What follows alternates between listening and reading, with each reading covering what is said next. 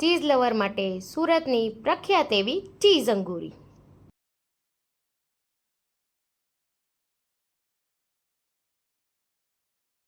Hello friends, હું કલા રામોલિયા સુરતથી કુકિંગ સ્ટુડિયો બાય કલામાં તમારું સ્વાગત કરું છું. આજે આપણે જોઈશું સુરત ફેમસ ચીઝ અંગૂરી, જે સુરતમાં સ્ટ્રીટ ફૂડમાં ખૂબ જ પ્રખ્યાત છે. બધાને ભાવે છે તો ઘણી બધી, પણ બનાવતા નથી ફાવતું. તો હું તમને આજે એક નાની નાની ટિપ્સ સાથે બનાવતા શીખવીશ, જેનાથી તમારે પ્રોપર જે સ્ટ્રીટમાં મળતી હોય એવો જ ટેસ્ટ આવશે. તો આવી સરસ રેસીપી જોવા માટે મારા વિડીયોને પૂરો જોજો. તો ચાલો જોઈ લઈએ રેસીપી.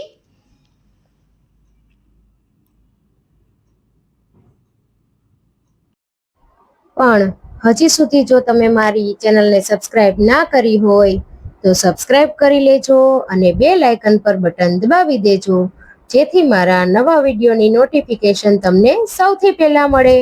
તો ચાલો જોઈ લઈએ રેસીપી.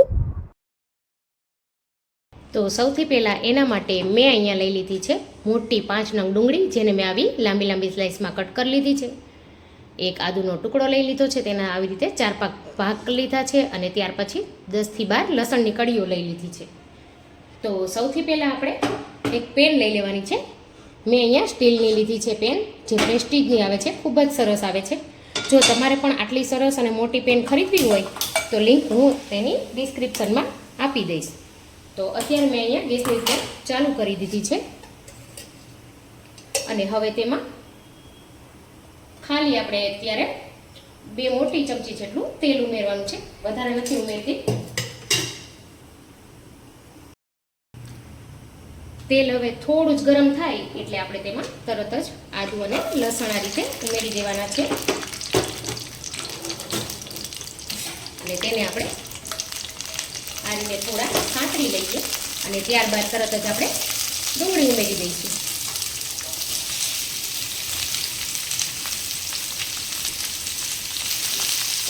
આજે આપણે જેટલું બનાવીએ છીએ એમાંથી 4 થી 5 લોકોને આરામથી થઈ જશે.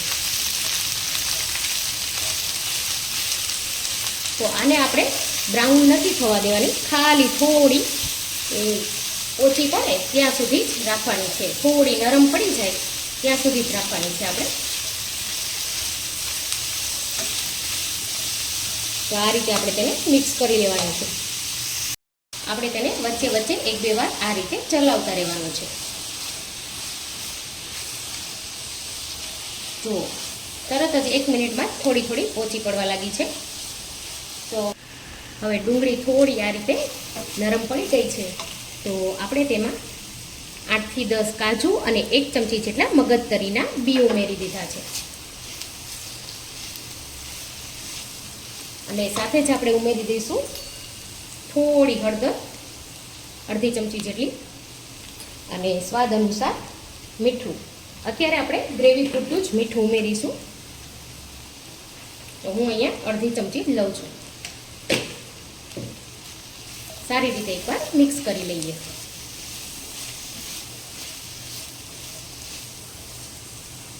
જો કલર કેટલો સરસ દેખાઈ રહ્યો છે.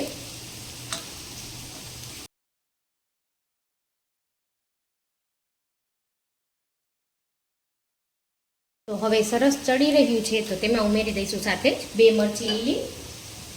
અને આપણે અહીંયા 5 થી 6 ટમેટા ડુંગળી ઉમેરી છે, તો તેની સામે આપણે એક મોટું ટામેટું ઉમેરી દીધું છે. ટામેટું વધારે ઉમેરવાનું નથી. હવે થોડું ટામેટું સોફ્ટ થઈ જાય ત્યાં સુધી આપણે બધું જ સારી રીતે થવા દઈશું. ગેસની ફ્લેમ અહીંયા મેં એકદમ સ્લો રાખી છે. અને તમે જોઈ શકો છો કે પેનનું તળિયું ખૂબ જ જાડું છે, એટલા માટે નીચે ચોંટતું પણ નથી. તો આપણે સરસ હવે પાછા 2 મિનિટ થવા દઈએ. તો જુઓ, હવે 2 થી 3 મિનિટ થઈ ગઈ છે અને ટમેટા પણ સરસ પોચા થઈ ગયા છે. આ રીતે પ્રેસ કરી છે તો જો. તો હવે આપણે અહીંયા ગેસની ફ્લેમ બંધ કરી દઈશું અને તેમાં 1/4 કપ જેટલું પાણી ઉમેરી દઈશું. ઠંડુ પાણી મેં અહીંયા લીધું છે, કે જેથી કરી આપણે ગ્રેવી ફટાફટથી બનાવી શકીએ. તો આ મિશ્રણ ઠંડુ પડી ગયું છે, તો હવે આપણે તેની ગ્રેવી બનાવી લઈએ.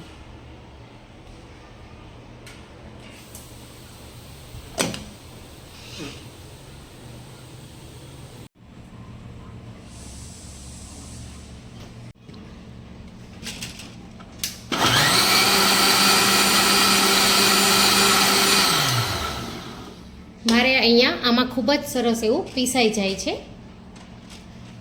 કેમ કે હું અહીંયા મિક્સર વાપરું છું સુજાતા કંપનીનું, જેની પાવર ખૂબ જ સારો હોય છે અને એકદમ સ્મૂથ ગ્રેવી બનાવે છે.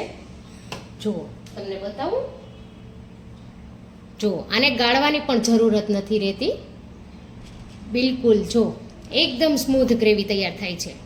એની લિંક પણ હું તમને ડિસ્ક્રિપ્શનમાં આપી દઈશ. જો તો આપણી ગ્રેવી અહીંયા સરસ મજાની તૈયાર થઈ ગઈ છે. તો હવે અહીંયા સેમ પેન જ રાખી છે મેં અહીંયા, આપણે પેન બદલવાની જરૂર નથી, કેમ કે તમે જોઈ શકો છો કે બિલકુલ ચોટ્યું નથી આપણી પેનમાં.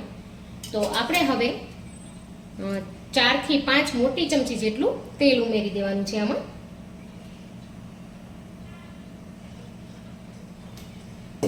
કેમ કે ગ્રેવીને આપણે ચડવા માટે થોડું વધારે તેલ જોઈશે. તો હવે તેલ થોડું ગરમ થાય છે ત્યાં સુધી આપણે એક તજનો ટુકડો, એક ચક્રી ફૂલ, એક મોટી એલીચી અને એક તજનો ટુકડો આટલું ઉમેરી દેવાનું છે. અને ત્યાર પછી મેં અહીંયા બનાવીને રાખી છે આદુ, લસણ અને મરચાંની પેસ્ટ છે, જે આ મેં 4 ચમચી જેટલી અંદાજિત છે. તો સરસ ગરમ થઈ ગયું છે. તો હવે આપણે તરત જ તેમાં આ આદુ, લસણ અને મરચાંની પેસ્ટને ઉમેરી અને 1 મિનિટ માટે આપણે ઢાંકી દેવાનું છે આ રીતે.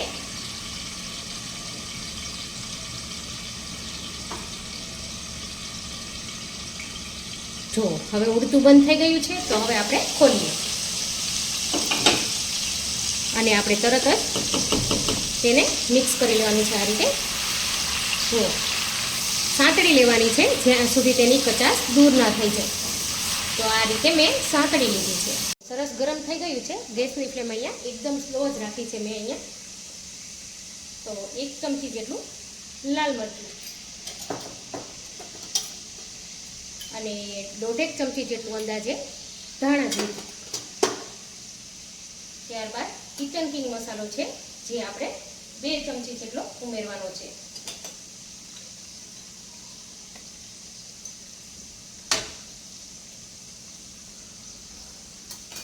અને હવે આ મસાલા તરત જ આપણે મિક્સ કરી લેવાના છે આ રીતે.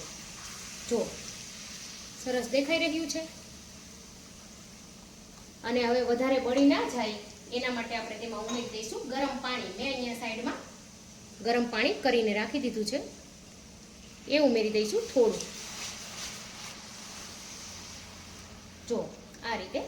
અને મસાલાને 1 મિનિટ સુધી ચડવા દેવાના છે પહેલાં. જો મસાલામાંથી આપણે પાણી ઉમેર્યું એટલે તરત જ તેલ છૂટું પડી ગયું છે આ રીતે.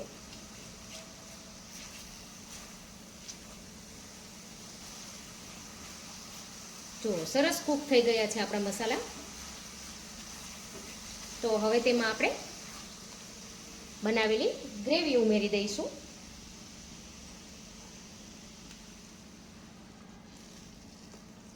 અને મિક્સ કરી લઈશું.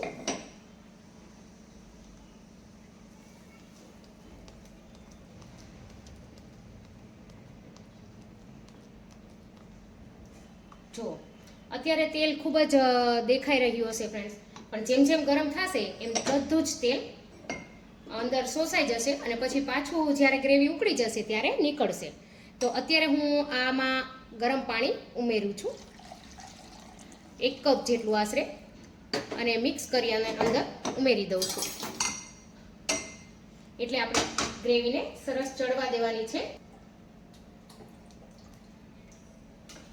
તો હું અત્યારે આ પાણી ગરમ પાણી જ મેં ઉમેર્યું છે કે જેથી કરી આપણે ગ્રેવી સરસ થઈ જાય. તમને તેલ દેખાઈ રહ્યું હશે કે ઉપર ઉપર આ રીતે દેખાય છે તેલ. અત્યારે મેં ગ્રેવીને એકદમ પતલી રાખી છે, પણ હવે આપણે આને 7 થી 8 મિનિટ સુધી એકદમ મીડિયમ તાપે ચડવા દેવાની છે ઢાંકીને. વચ્ચે આપણે એકવાર ખોલી લીધું છે અને હજી આપણી ગ્રેવી થોડી પતલી દેખાઈ રહી છે. તમારે જેટલી જાડી પતલી રાખવી હોય એટલી તમે રાખી શકો. જો તો સાઈડમાં આ રીતે તેલ દેખાઈ રહ્યું છે, તેને આ રીતે થોડું મિક્સ કરી લઈએ આપણે.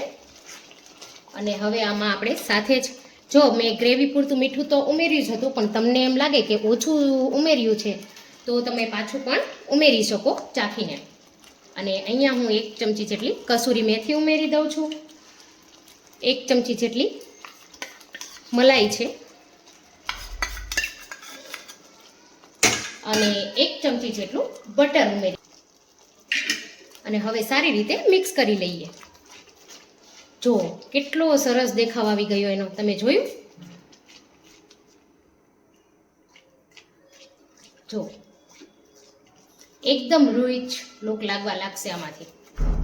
હવે આપણે સરસ બધા મસાલા પણ મિક્સ થઈ ગયા છે અને તેલ પણ ઉપર આવી ગયું હતું. તો હવે આપણે એક વસ્તુ કરવાની છે, જે છે અંદરથી આપણે ખડા મસાલા જે ઉમેર્યા હતા એ અત્યારે કાઢી લેવાના છે. આ રીતે જુઓ, આપણે જેટલા મસાલા ઉમેર્યા હતા તેટલા આ ખડા મસાલા એ હવે કાઢી લઈશું, નહીતર મોઢામાં આવશે તો સારા નહીં લાગે, એટલે આપણે કાઢી લઈએ છીએ.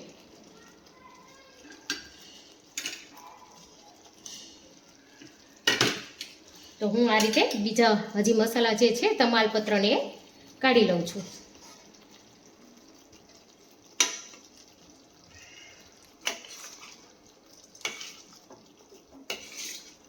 હજી આપણે બડી ઇલાયચી ઉમેરી છે એ પણ આપણે કાઢી લઈશું. આ રીતે જોઈ લઈશું. જો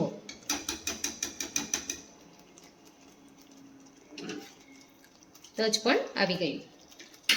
હવે એક એલચી આપણે કાઢવાની છે. જો એલચી પણ આવી ગઈ છે. તો આ મોઢામાં ના આવે અને તમારે અત્યારે ખાસ કાઢી લેવાનું છે, જેથી કરી મોઢામાં ના આવે. અને પાછું હવે હું એકવાર સારી રીતે મિક્સ કરી દઉં છું, કેમ કે અત્યારે મેં આમાં બટર અને ક્રીમ ઉમેર્યા છે અને આમાં કસૂરી મેથી તમારે ફરજિયાત ઉમેરવાની છે, તેનો ટેસ્ટ ખૂબ જ સરસ આવે છે. જો તો આપણી આ સરસ મજાની ગ્રેવી તૈયાર થઈ ગઈ છે. હવે ગ્રેવીને ટેસ્ટ કર્યા પછી મને મીઠામાં થોડી ઓછું લાગે છે, તો હું થોડું મીઠું ઉમેરી અને મિક્સ કરી દઉં છું. જો નીચે પણ બિલકુલ નથી ચોટ્યું, તમને બતાવું તો જો એકદમ ક્લીન.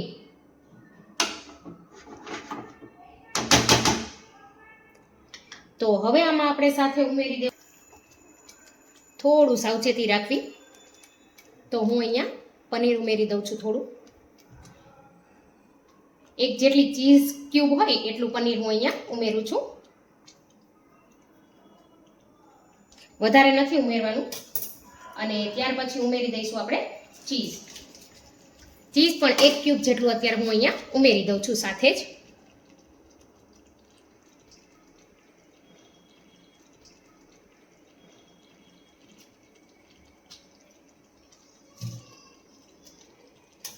અને હવે સારી રીતે મિક્સ કરી લઈએ, જેથી કરી ચીઝ સરસ મેલ્ટ થઈ જશે અંદર. જો કેટલું સરસ દેખાઈ રહ્યું છે, લાગી રહ્યું છે ને કે એકદમ હોટલ સ્ટાઇલ બન્યું છે, કે બહાર જે મળતું હોય એ રીતે જ છે આ. જો તો આ આપણી ચીઝ અંગૂરીની ગ્રેવી તૈયાર થઈ ગઈ છે. ઉપરથી થોડા ધાણા ભાજી ઉમેરી દઉં છું.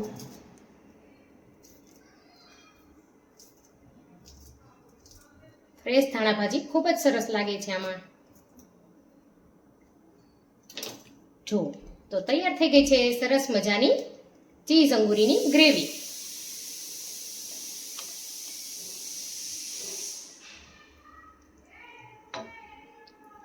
એક પ્લેટ લઈ લઈએ છીએ અહીંયા, અને તેમાં આપણે સૌથી પહેલાં આ રીતે ચીઝ ક્યુબ ઉમેરી દેવાના છે. અને હવે તેના પર આપણે ગ્રેવી લેવાની છે.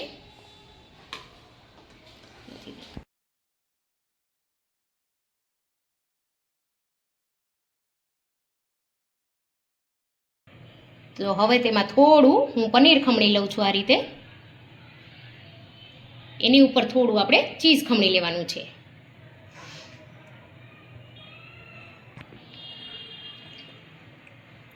તો હવે આપણે ચીઝ ખમણી લઈએ ઉપર, અને હવે તેની ઉપર આપણે થોડા ચીઝના ક્યુબ આ રીતે રાખી દઈશું. અને તેની ઉપર આપણે થોડું ચીલી ઓઇલ આ રીતે